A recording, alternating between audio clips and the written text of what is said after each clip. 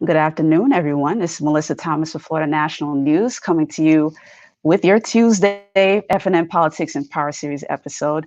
Today, we're going to be interviewing Darlene Swaffar, who is actually the ninth great grandniece of Benjamin Franklin. So quite an interesting heritage, guys. She is currently a congressional candidate. She's running for District 22, which covers Broward and Palm Beach counties. So we're going to get into this conversation, kind of hear what her platform is and what she's running on. And then, hey, if during the course of the interview you guys have questions, be sure to type them in the comments. We'll be glad to bring them into the actual interview itself. All right. So without further ado, I'm going to go ahead and bring in Miss Darlene Swaffar. Miss Darlene, how are you? You? Doing good, doing good. Thanks so much for taking the time to be here. We appreciate you. It's my pleasure. All right. So obviously I have to start with the top of mind thing. Like, how have you and your family been during the course of COVID-19? I pretty much ask all of our guests this because it has pretty much disrupted our entire way of life. So how have you and your family been handling it? Yes. Well, Liam, my son Liam, who is 10 years old, had to, finish out his school year being homeschooled. And, for him, it was a little challenging because he should have been graduating elementary school this year. So he kind of lost out on the pomp and circumstance and the year-end celebrations and the school trip. So unfortunately, he missed out on that. But my son is a homebody. He's a self-proclaimed computer geek. Okay. So he loved it. But what was Gotcha. challenging for me personally was, we're healthy. We had no health issues throughout this entire time. We do practice, safe hygiene. We take a lot of vitamins and nutritionals, a lot of vitamin C, raw honey. So we're pretty healthy. But however, from a pandemic standpoint, it really severely affected our campaign because we had so many events planned. We had fundraising events, we had rallies, and we literally had to cancel so many events, and that severely affected our fundraising opportunities for a good 3 full months. So in that respect, it's been difficult. And regarding my mom's a senior. She stays, she's a stay-at-home senior, and there was like no change. I mean, she spent more weekends with us. So we made the most of it. We spent a lot of time together, and we appreciated that because it's interesting with all tragedies. There's always going to be some light that you can see if you really focus and pay attention to it. So there was a lot more mommy and me moments with me and my son, a lot more time spent with grandma. So we appreciated that. We made the most of it. Gotcha. Um, there's a bit of an echo in your background. Just wanted to let you know. But yeah, wanted to find out how you and given what happened with your campaign, how were you able to pivot as a result of that? Like, what alternatives have you guys been able to come up with in terms of how you'll be campaigning from now? Yeah, so we did a lot of live town hall events. We did a lot of Zoom, going live on Facebook, going live on Twitter. And there was a time during the pandemic where we could go outside. So I started a series with a good friend of mine named Jill Cohen. She's a reporter with the Beach Report. And together we decided to do an educational series on the Constitution. And so we called it Constitution Thursday. So every Thursday morning at 11 o'clock, her and I would get on for about 15, 20 minutes. We went through the preamble, all the articles, and now we're at the point where we're going over the amendments. So that's been a really great experience, very well received. I did a lot of social media marketing, and outbound phone calls. So we had to completely change our strategy. And we did recently have, quite a few rallies. Every single weekend we have a rally at a different point in our district. And we had a huge event in the Tower Club, and we were able to fundraise there. So again, we don't know what's going to happen the next steps with the pandemic. It's going to kind of shut down again. But, we're trying to do everything as virtually as possible. Gotcha. That makes sense. And then wanted to get your thoughts on the way the state of Florida reopened, the different phases, and your thoughts on the current spike in cases. and the Right. sort of mask mandate. So kind of let us know what your thoughts have been on the way this whole process has unfolded. Well, I mean, my thoughts initially is probably more focused on respecting individual civil liberties. So I think my thoughts may be a little bit different than what is, the flow of things. I don't feel that we should be quarantining the healthy. And I think that's had a devastating effect on our economy. I'm for, if you're not feeling well, stay home. But if you're feeling great, we need to be able to work and provide for our families, and we need to be able to, continue on with our economy. So, my thought process is a little bit different. I do respect the statistics. I do respect, social distancing and, having safe hygiene, but I am not for mandating things that are not law. Like, for instance, requiring masks, mandating it, it's not a law. And anything that infringes on our civil liberties, I have an issue with. So that's Okay. and I don't think we should be shutting down the beaches. Salt water has therapeutic effects. Fresh air, having a little sunshine has therapeutic effects. So I don't see how anything could be transmitted. If everybody's social distancing on a beach, how are we able to transmit to each other? I'm just curious, because virologists have stated their opinion to the contrary of what our legislators are doing. Interesting. Gotcha. And I guess my question for you though is, what about those who are asymptomatic, who feel fine, but they are unintended carriers of the virus? Like, what Right. are your thoughts on that? Well, I mean, it's no different than the flu season, where you could have been asymptomatic, and there's a point of a higher probability of getting infected by somebody else when they start exhibiting those symptoms. By then, hopefully, you're social distancing at home, you're self-quarantining at home. So again, I think there's too many unknowns and too many speculations that is affecting people that are healthy. I don't think as a society from this point going forward that we should be focusing on quarantining the healthy. And what do you I don't feel is think the that's best? Mhm. And I was gonna say, what do you feel is the best strategy given the increase in cases that we did have? Because folks did venture out and started living life as normal, and then this past weekend we had nearly 10,000 cases on Saturday, and then about 8,500 on Sunday. Right, but I don't know if you're getting reports on social media. I'm getting a lot of reports from my constituents on social media. One in particular, whose mom was not feeling well, completely different symptoms, and they insisted on testing her. She was a senior citizen. They insisted on testing her for COVID, and she tested negative 3 times. Okay, and the family threatened to get an attorney involved if they didn't release their mom. And still on the 4th time, they wanted to test her again. And of course she tested negative again. So, I personally am confused by that entire process. Like, since when, even in the flu season, since when did we have to get tested 3 or 4 times and continue to get negatives? I don't know.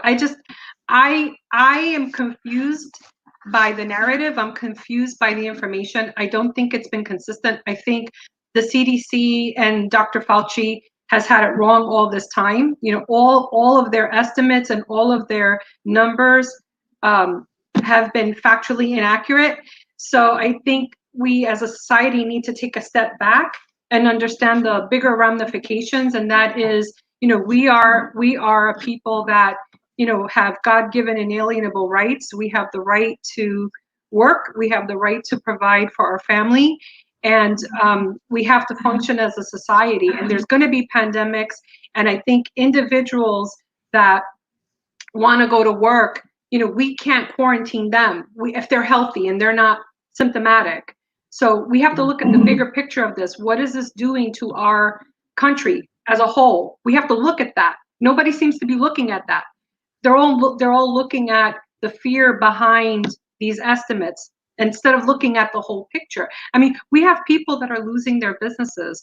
We have people that can't put food on the table. We have people that cannot function with the first stimulus check, and they're talking about a second stimulus check that hasn't come yet. I mean, we have to look at the human stories behind this pandemic. Nobody seems to be paying attention to that. I'm paying attention to that because this is my community.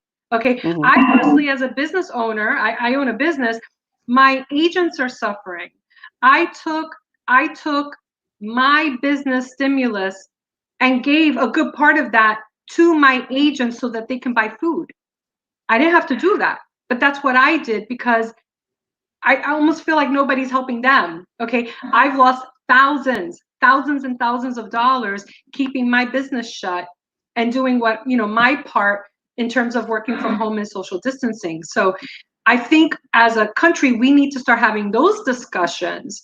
What is the negative effects of all of this from a personal level and a business level? Nobody's, for whatever reason, the media is not covering that. And I think that's why you have so many people that are so upset, why there's so many rallies and why there's so many, riots. I mean, we need to come together, and we can't let a pandemic control our lives. We have to be able to, if you're sick, you stay home, but if you're healthy, you should be able to carry on and conduct your life as normal. Gotcha. All right. What we're going to do very quickly before we jump into some of the meatier topics in our interview, guys, stay tuned. We're going to take a quick commercial break and come right back. We're going to talk about her candidacy and why Darlene feels that she is the best candidate. So stay tuned. All right. We'll be right back. At Duke Energy, we deliver electricity and so much more, like free home energy assessments, rebates for energy-saving improvements, payment options to help you better manage your budget, and even bill credits for helping the community use less energy. So no matter what you're doing, we can help you make better energy choices every day. It's just another way we bring power to your life. How much can you save? All right, guys, welcome back to our interview with Darlene Swaffar, the congressional candidate, who was just giving us her viewpoint on the whole quarantine situation. Thank you so much for being with us. Taking that quick drink of water. We know the feeling. It is hot. Like Florida is crazy hot right now. It sure is. I totally understand.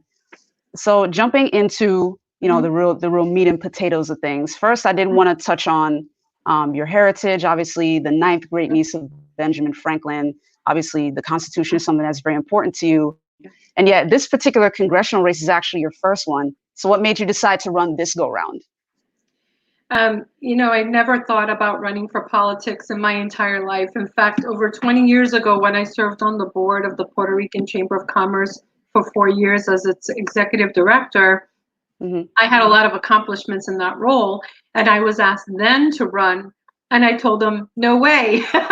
There's no way ever that I would even think about it. Why would I subject myself to false allegations that could ruin my life? Honestly, that's the way I was thinking. And I had no desire then. And I literally, up until about 2 years ago, had no desire now. I just feel that I'm in a different stage in my life. I'm thinking about the future of my son and our children and our grandchildren. It concerns me, the state of affairs in our government. I believe that our president, in a way, has given us a window to uncover the level of sedition and treason and corruption, and in a way that I've never witnessed before. And I feel that, with all of my life's experiences, me being a business owner, having expertise in accounting and finance, corporate recruiting, project management, strategic thinking, win-win focused individual, training experience, that's what we need in Congress. And when I asked myself, I toiled with the idea for about 8 months. And I kept circling back to saying, at least I know I can trust myself. I've been moral and conducted myself as such my entire life. So I know that I can trust myself to not be bought, to not have a hidden agenda, to not be, to have political aspirations. I know that if I got in there, my only voice would be for we the people. And that was the reason why I decided to run. And, I have a clean background. You have mentioned about my ninth grade uncle. I did a lot of research on ancestry.com. This was a few years ago. And I learned that my great grandfathers, my fifth and sixth grandfather fought in the Revolutionary War and the War of 1812. And when I went further back is how I learned that my ninth great grandfather is Josiah Franklin, which, the 10 children he had with Abiah Folger, the oldest was my grandfather, and the youngest son was Benjamin Franklin. And that is what got me to research, his role in the Bill of Rights and the Declaration of Independence and our Constitution. That's what really gave me the knowledge that I have. And I also researched it on a historical level. And regarding ancestry, I have birth certificates, death certificates, census, land rights, evidence of serving in these wars leading up to Benjamin Franklin. So there's like no disputing it. I went over this for several years. And it was a really, when I learned that, I almost fell off my chair. Like, oh my gosh, because I didn't know much about my father. My father died when I was a little girl. I was like 7 years old, so I didn't know a lot about my father's side of the family. But I was able to verify through a lot of different family lines that it's as valid as it can be. My research on ancestry. So anyway, that's the reason why I decided to run. Also, in the state of Florida, I'm the only candidate that has health insurance expertise. I've been in the health insurance industry for 10 years, and I have a brick and mortar store in Deerfield Beach that focuses on serving our senior community. My expertise is in Medicare, individual health on or off the exchange, as well as group insurance. Back in February, I went to Washington, D.C. for the Healthcare Legislative Conference, and I met with four of our local legislators, but three of the four were really pushing for Medicare for all. And I have a lot of clients that called me very concerned about that.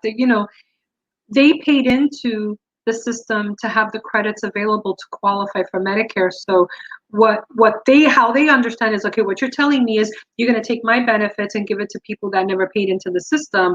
How do we do that and manage it in a way that won't bankrupt this country? And really, there is no way. So I'm fighting for choices. I'm fighting to protect Medicare for our seniors, fighting for choices for individuals, as well as fighting for our employers' right to provide health insurance for their employees, something that Congress wants to take away. They want no more private insurance companies. Employers don't have a right to provide insurance for their employees.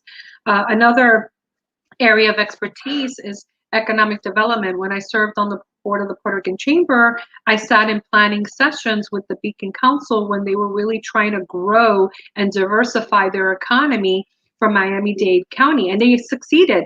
They have a year-round economy, whereas Broward and Palm Beach is highly cyclical. So when we have a lot of snowbirds that go up north, from May through September, it slows down significantly to the point where a lot of businesses cannot sustain themselves. A lot of businesses go out of business.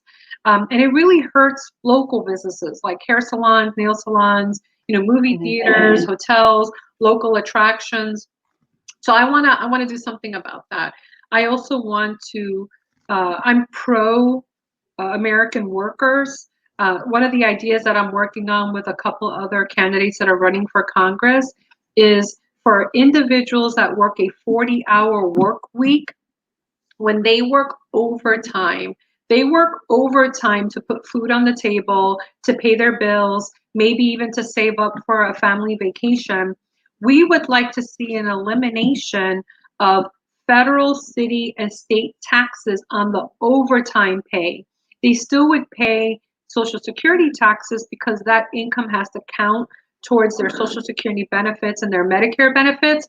But for the purpose of the overtime pay itself, we'd like to see an elimination of the taxes so that they could, get a little help in terms of paying bills or putting food on the table.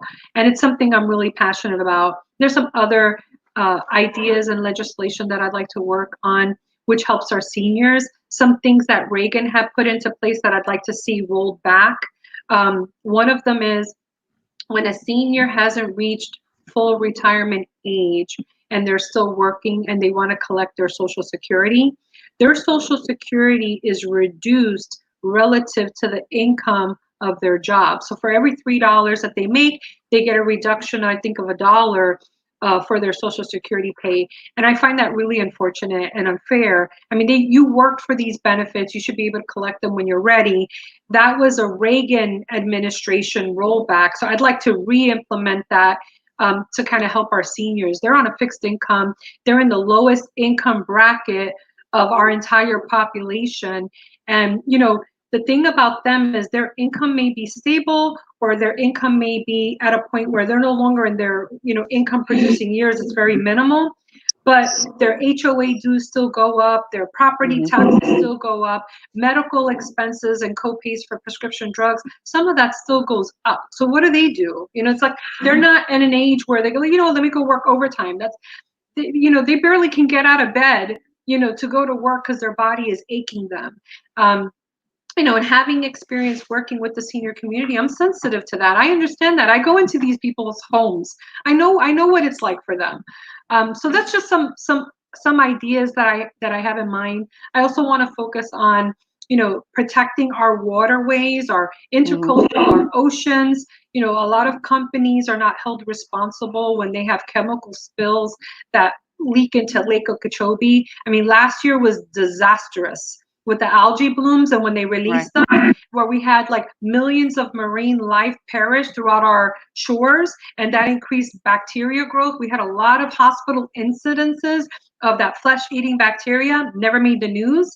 So, you know, I want to hold those companies accountable and try to have more strict standards on protecting our waterways, because at the end of the day, we are still a tourism-driven state, and one of our assets are the natural resources that we take for granted, our beaches.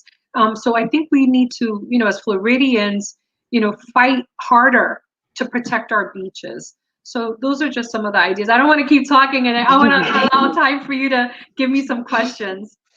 Absolutely. So, I mean, one question I would have is, in what way would you hold those companies accountable? What would that look like for you once you're elected? Okay. Well, one of the ideas we have is whatever the cost is for the cleanup, they need to be responsible for that.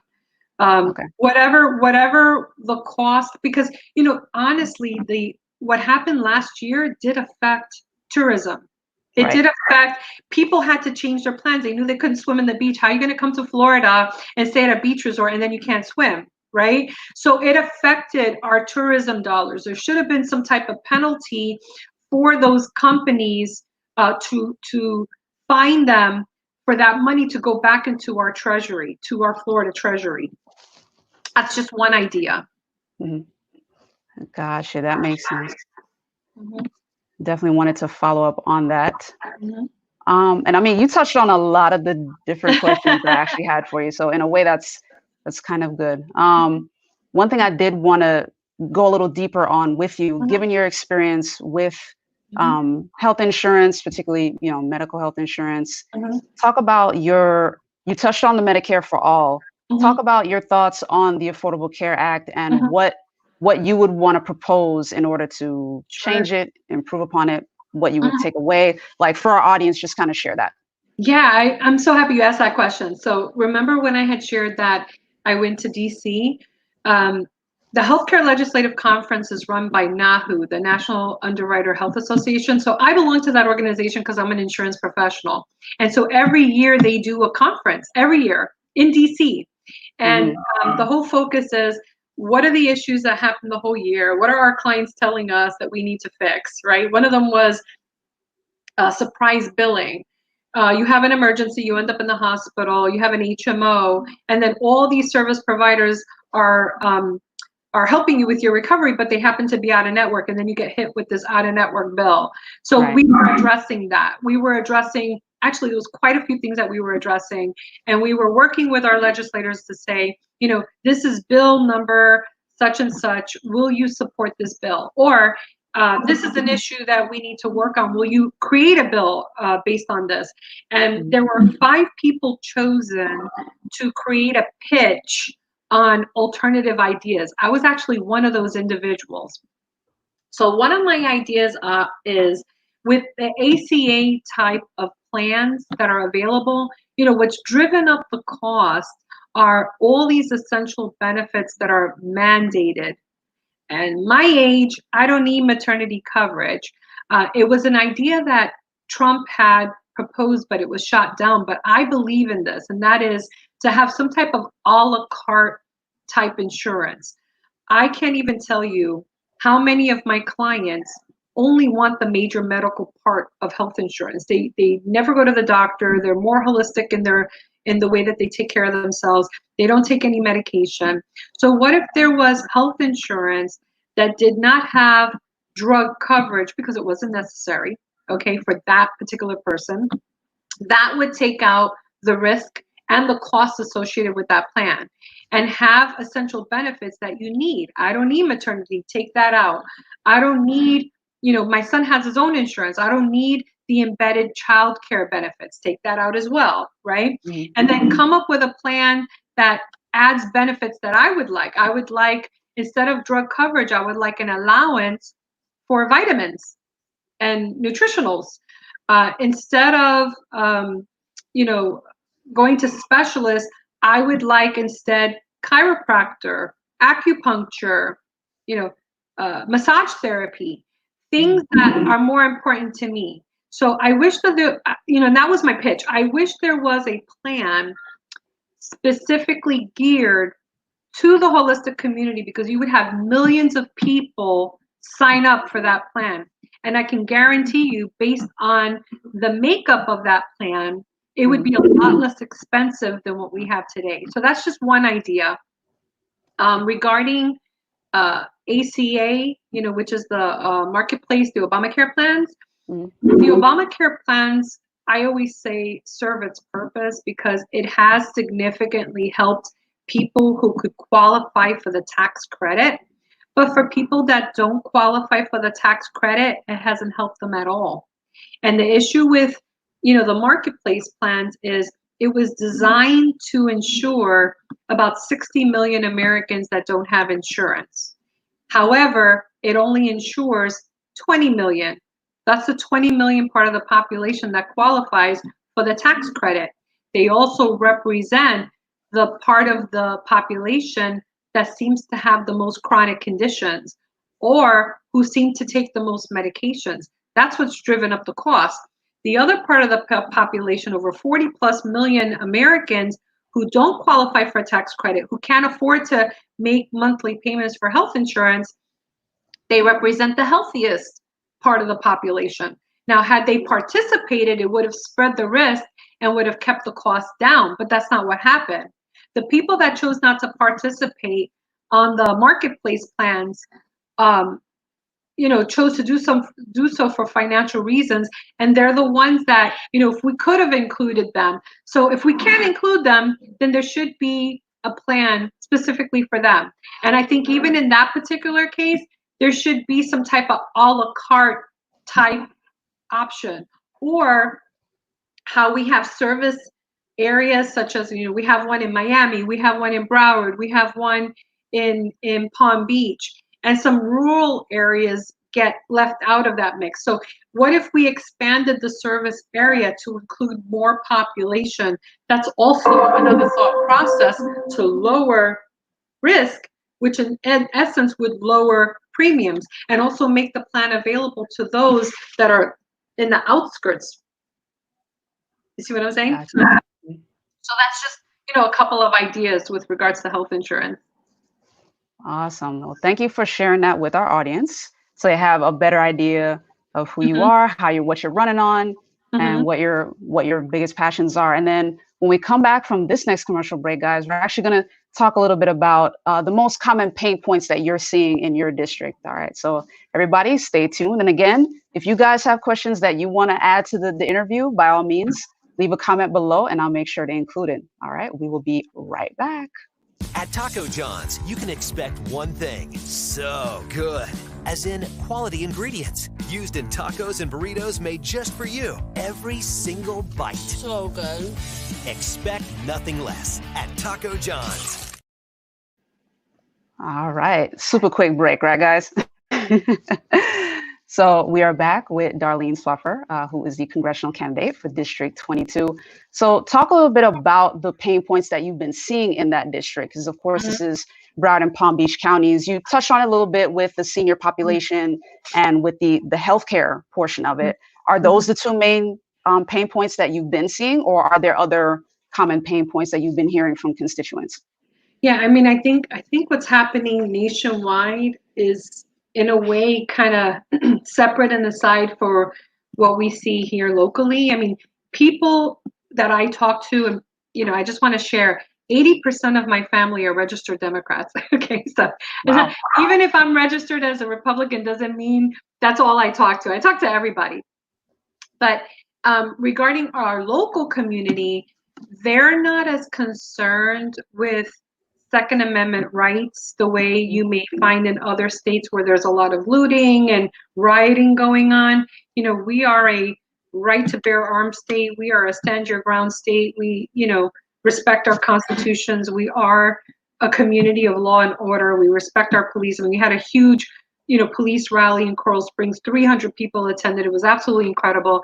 And I have to tell you, a lot of the police officers, they were like close to tears. They were so overwhelmed by the level of support, and we're not seeing this in other communities. So obviously what affects us locally is not what affects people nationwide. And we need to understand that locally people care about the economy. This has always been, South Florida has always been an entrepreneurial focused community. I mean, I remember statistics of Miami at one point being #1 with brand new emerging market and entrepreneur incubator type businesses. I mean, we were always on the forefront. So, there's a lot of small business owners, a lot of people that work from home. So for them, they're more concerned with, keeping their business afloat, putting food on the table, taking care of their families, having an opportunity where their civil liberties are not infringed upon. And I think a bigger issue here may be, real estate pricing getting to the point where it's kind of like out of control. I mean, how many times has, a family tried to purchase a home and you have like a 100% cash buyer making an offer sight unseen coming from another state or another country, Canada, Europe, Latin America. I actually would love to work on something that, limits how many people can purchase a property here, which that is driving up our local real estate values, and that would allow someone who lives here, we live here, right? We have to find something affordable because our salaries are not to the level that commensurates with the cost of living here, right? So we should be working on that. I mean, and that's on a local level. I understand what I'm running for is U.S. House of Representatives, which is more concerned with national level, but locally, that's something that we can look at. Another local issue is our infrastructure. In downtown Fort Lauderdale, there was 4 sewer breaks, okay, within the span of like a couple months or a month and a half. And that was causing major sewage leakage into our pristine waters, affecting marine life and affecting beachgoers. And our current infrastructure was put in place in the 70s, like 50 years ago. So we have that as an issue that has to be updated. We have a lot of local bridges that need to be rehabbed and reinforced. So those are local issues that people are concerned about. And, protecting, we have a lot of seniors, protecting their Medicare. They're super concerned with that. I get calls literally every day, if not every other day, from seniors, because I'm the Medicare lady. I don't know if I shared that with you. You're right. I'm trademarked as the Medicare lady. That is an official trademark.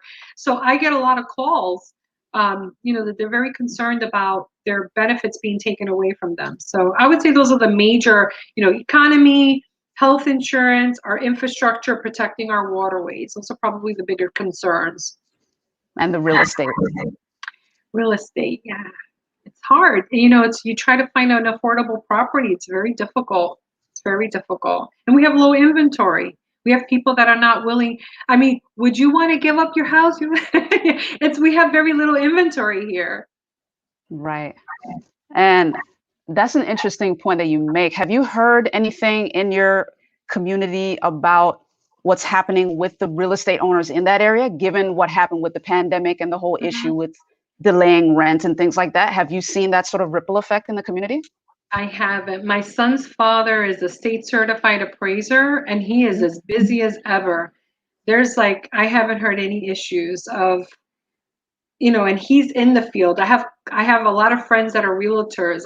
It's almost like business is booming for them. Gotcha. Mm-hmm. Appreciate that. And then, of course, one of the other interesting things that I saw about you, one of the things you want to do if you're elected, is to ensure the accuracy in civics courses in schools. So kind of elaborate on that for us. Oh my gosh, I'll tell you why.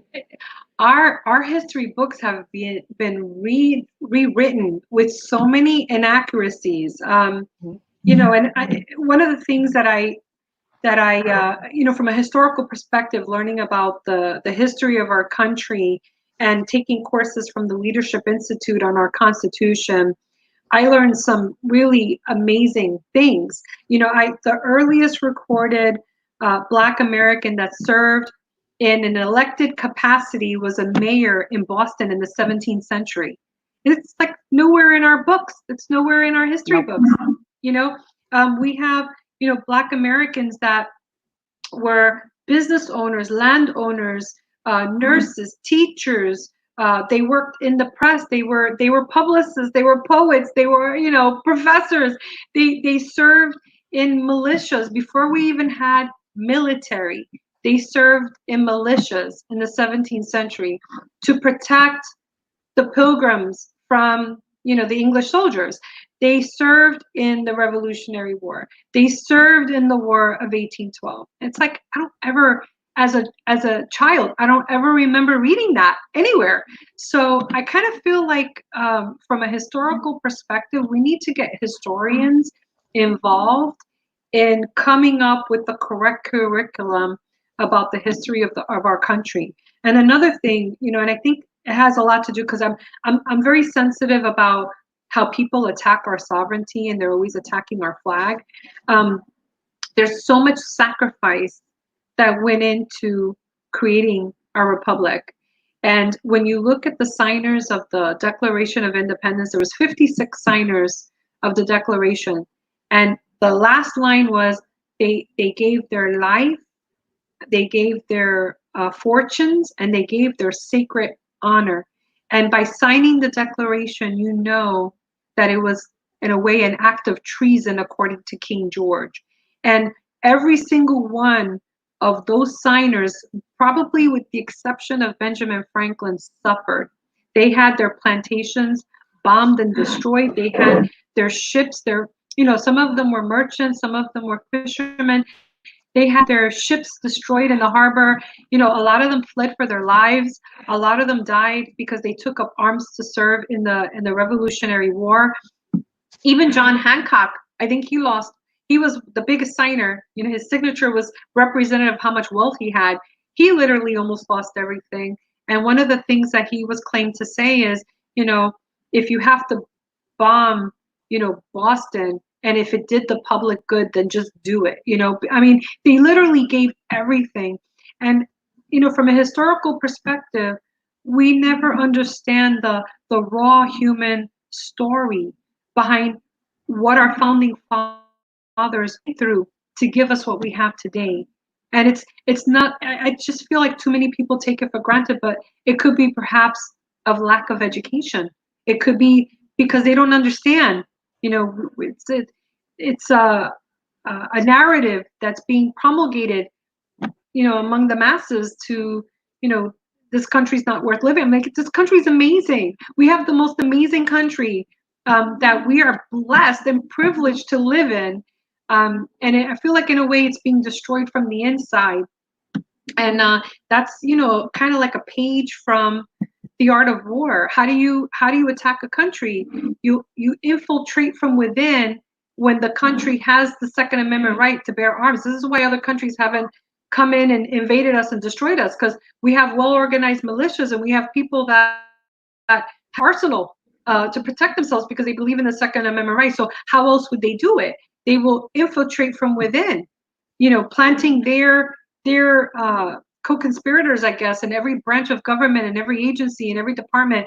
And one of the ways that they do it also is to rewrite our history, to get into the education system and kind of educate on a different level, like emulating and glorifying socialism, glorifying communism. Who would have thought? I mean, I would have never thought in a million years that we have 1/3 of the population generation that is glorifying socialism. I can't believe this. Okay. So I think that's the reason why I want to focus on bringing the truth of our history back into the narrative and re-educating our youth to what happened in this country and how it was created for their benefit. Literally, at the end of the day, it's for their benefits, for your benefit, for my benefit, so our children have an opportunity to live in the land of the free and the home of the brave.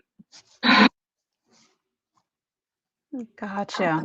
On that point, or like a tangent to it, something related to it, I did want to get your thoughts on school safety and, in terms of the obviously the training of the teachers to use arms, obviously to your support with the Second Amendment. Like, what are your thoughts on that? Do you want to see anything tweaked on that? Do you think it's something that needs to be changed? Let our audience know. Yeah, with school safety, that is something that really kind of touches home for me, because with the Parkland shooting, I'll never forget that day I picked up my son. He was an absolute nervous wreck. They had the code red lockdown. My son was hysterical when I picked him up. And as a mother, I thought to myself, what can I do that can ease his concerns? And you'll never believe it. I went and I bought a bulletproof insert for his backpack. Mm-hmm. Okay. So as a mother, my thing, I don't have a victim mentality. I'm always thinking about solutions. So I bought an insert that he puts in his backpack that's a level 3 bulletproof insert. And it's as big as his backpack. And once he had that in there, he felt better, because if something happens in his school, he can hide behind his backpack and he'll be safe. Okay. For the most part, that's our idea. Now, when they allowed for teachers to have weapons in the school, the only concern I have is, how do we as parents know the mental health of that teacher? What type of training has that teacher had? Now, if the teacher is ever a veteran, served in the military, and they have proper training, that would make me feel better. But I also feel that the only way to combat the evil that's out there, nothing's going to stop somebody evil from doing something catastrophic other than your ability to protect yourself. So I'm not completely against having weapons in the school to protect the children. I'm not completely against that. The only concern as a parent I have is that weapon locked up? The person who is in charge of that weapon, what's their mental health? What's their training? So I have a lot more questions right now than I have answers for. And next year, because we don't know what's going to happen with the COVID situation, my son's going to be homeschooled, because that's our remedy as a family. That's our remedy to try to take care of, our concern about, we don't even know, when I make it to Congress, what's going to happen. He's probably better if he's homeschooled anyway, because he'll spend half the year with me, half the year with his dad. So that's our remedy. But, it's really conflict type issue, and I'm sensitive to parents that have a concern as well, because I'm a parent myself, right? So I'm very sensitive to that. I am pro Second Amendment to the point where I am not sensitive to how parents feel about the issue. I want to hear what they have to say. Maybe we can come up with a better remedy. Right. Gotcha. And then there is one thing I wanted to go back to before I forget. Back to topics that would be covered in schools. There were a few topics that you wanted to introduce to the school system that I thought were pretty interesting. You wanted to help kids learn a little bit more about entrepreneurship, finance education, things like that. Kind of elaborate on some of those topics that you would want to see in the school system, in addition to civics. Yeah, and it's, this isn't even a new topic. It's actually been brought up, and never, I'm not going to say it's my original idea. It isn't. It's me hearing, from the community what their concerns are. We don't have fiscal responsibility courses, and I really think that should start on an elementary level. Elementary wise, they should be taught how to save money. What is the percentage value? I remember in junior high school, my teacher told me ideally he would like to save 30% of his income for retirement or for emergencies, but because of the income he makes, he's lucky if he could save 10%. Either way, you should be saving something. And that was never taught to me. I mean, was it ever taught to you? Just curious. Was it? No. So I think we should be teaching our children fiscal responsibility. And I'm not just saying this just to say it. I have 0 credit card debt. My business, even though I'm certified as a woman-owned, Hispanic-owned, and minority-owned business, my business was self-funded, and my business is debt-free. I don't like debt. Okay, I'm a very fiscally conservative person, and my son does have savings. So I just think that from an elementary perspective, they should be taught that money. It's almost like it goes back to like a Bible phrase. You have to be wise with your talents. They should be taught how to be responsible for saving. That don't spend your money on Roblox, because that does what value does that give you, right? You have to know that, look at this emergency with the pandemic. I had 2 months worth of groceries. I have plenty of TP, and I have so many neighbors that had nothing, so you do have to learn how to plan, and you do have to have ideas of, if an emergency happens, what can you do? And between me and my mom, we were helping each other. I was like down on soap. She was down on toothpaste. So she's giving me soap. I'm giving her toothpaste. We're helping each other. But just it goes back to, being responsible with your money. I really find that to be a really important subject that we should be introducing in school. Makes sense. I wanted to make sure to go back and touch on that. All right, guys, we're going to take one last commercial break. This one's going to be a quick one. It's roughly 30 seconds. So again, those of you who want to get your questions in, you still have this last opportunity. We were down to about 10 minutes of the show, but we're going to come right back, and we're going to wrap things up, kind of focus on Darlene, the person. You guys know how I am with the show. We like to get all the political meat out of the way at the beginning, but definitely wrap it up with each person as a person that they are, what their motivations are, and things like that. So we will be right back. We wanted to move back home to be closer to his family. We decided to go with pods because things were stressful enough. We weren't sure how long we were going to need storage for, so we needed something that was flexible, and then they can deliver the container to wherever we move to. We haven't found the perfect house yet, but we're still looking. All right, guys, welcome back. We are with congressional candidate Darlene Swaffar. Thank you so much, as always, for choosing to come on the show. We appreciate you. So jumping into, a couple of the questions about you, the person, as, Darlene, the single mom, Darlene, the business owner. What do you feel has been, your day-to-day motivation, and particularly on the more difficult or more stressful days, particularly now in times that are so unstable? Like, what is your go-to? What are the things that keep you going? What keeps me going is serving my community, and I care about my seniors. I care about our veterans. I think that we have too many politicians that are focused on their political aspirations, and they're adhering to their corporate donors. We don't have enough people serving we the people. That's my goal. So I'm very motivated. I'm part of a movement of everyday Americans nationwide that are running for Congress to take back our country, restore that moral code of conduct, be the voice of the people with no ulterior motive. I am Christian. I feel also that our values are under attack. It concerns me when I hear anti-Semitic remarks, when I hear remarks against our Christian faith, and I want to be that voice in Congress to defend our values. We are a nation of laws. So even the talk, the narrative, and not having enough of our elected leaders speak against this, but the talk about defunding police really concerns me. I feel that that's not what our community would want, and I also want to have an open door policy. I want to have an 800 number set up specifically for the seniors in our community who feel that they're not getting the services that they deserve. I want to have a hotline set up for our veterans. I don't feel as a community that we're doing enough for our veterans. I want to see, mental health support services expanded.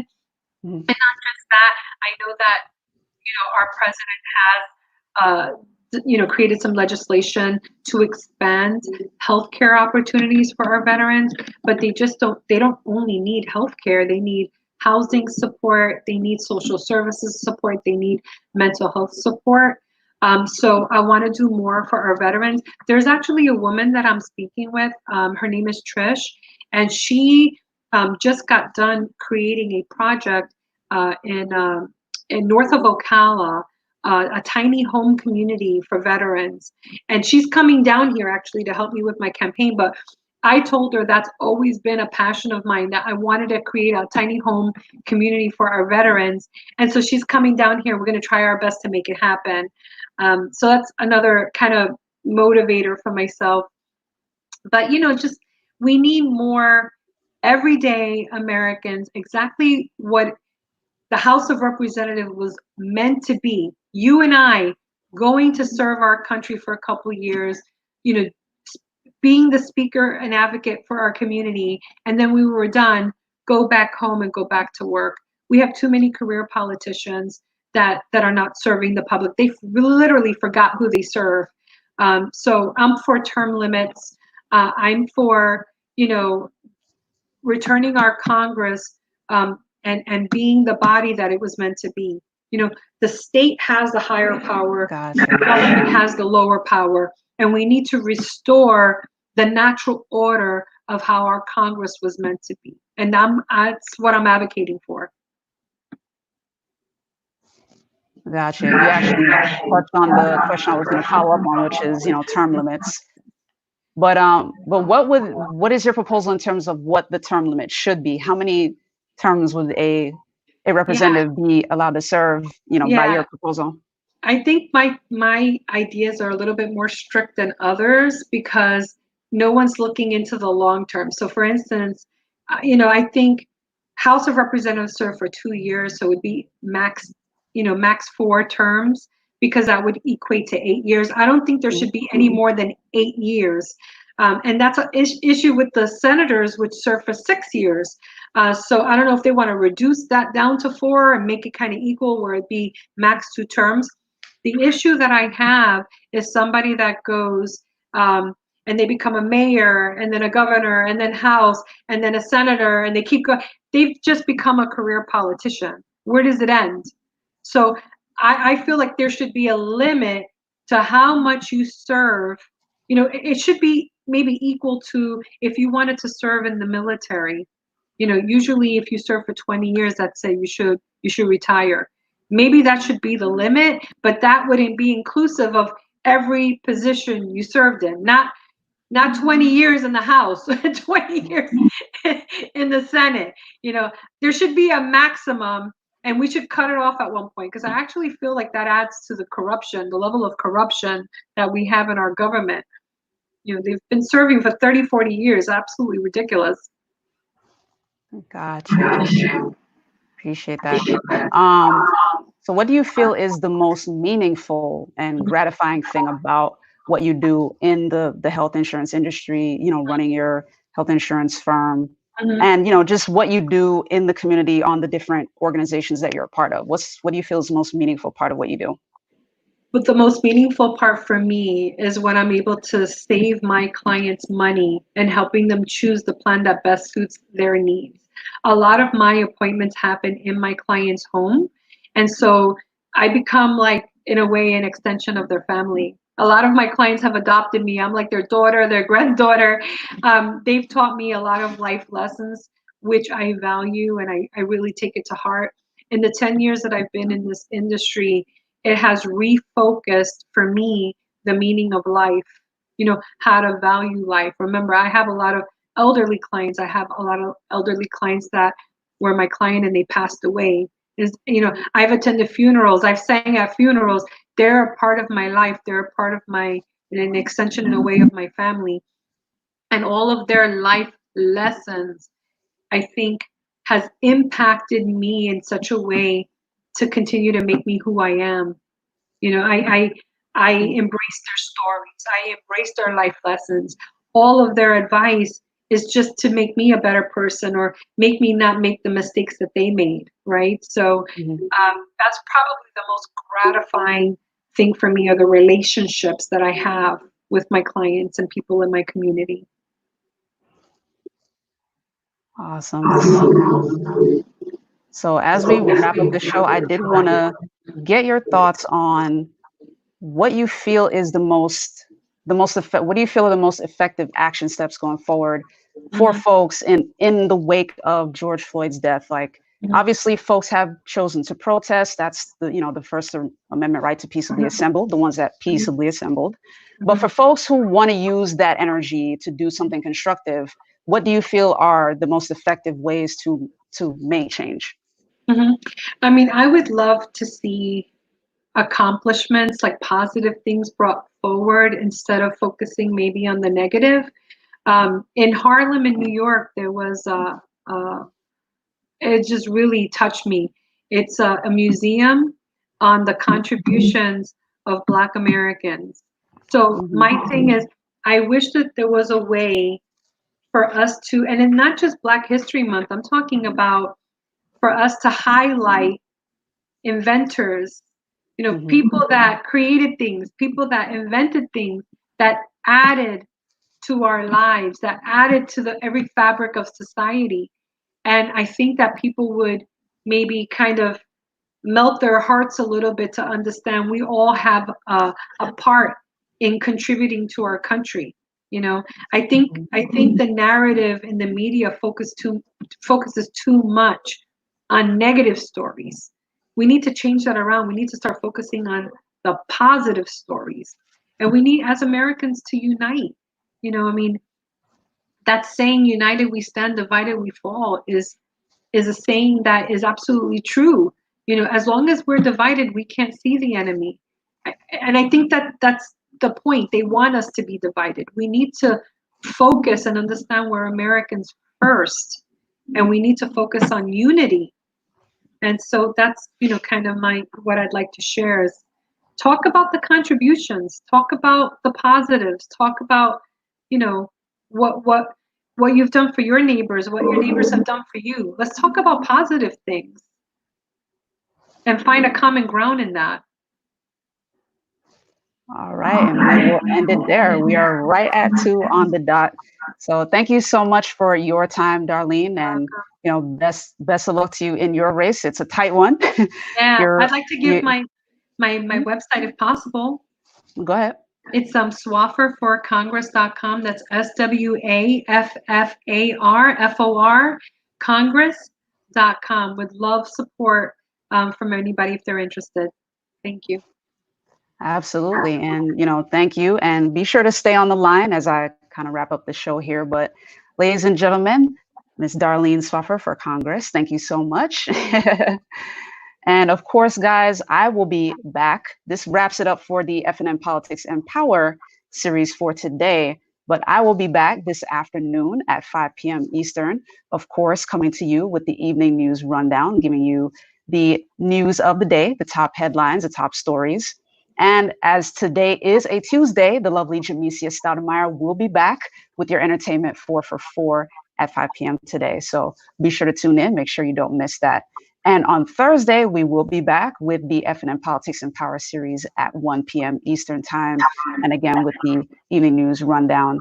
On Thursday, I will be interviewing Anjali, who is actually running for the county commissioner. So be sure to tune in for that interview. That's going to be a very interesting one. Anjali Vaya, she is a candidate for county commissioner. So stay tuned for that. We've got a lot more candidates coming through, a lot more interviews happening. So thank you so much for your time, guys. Thank you for tuning in. It is always a pleasure for you guys to tune in and to basically enjoy our interviews. Take care. Have a great rest of your afternoon.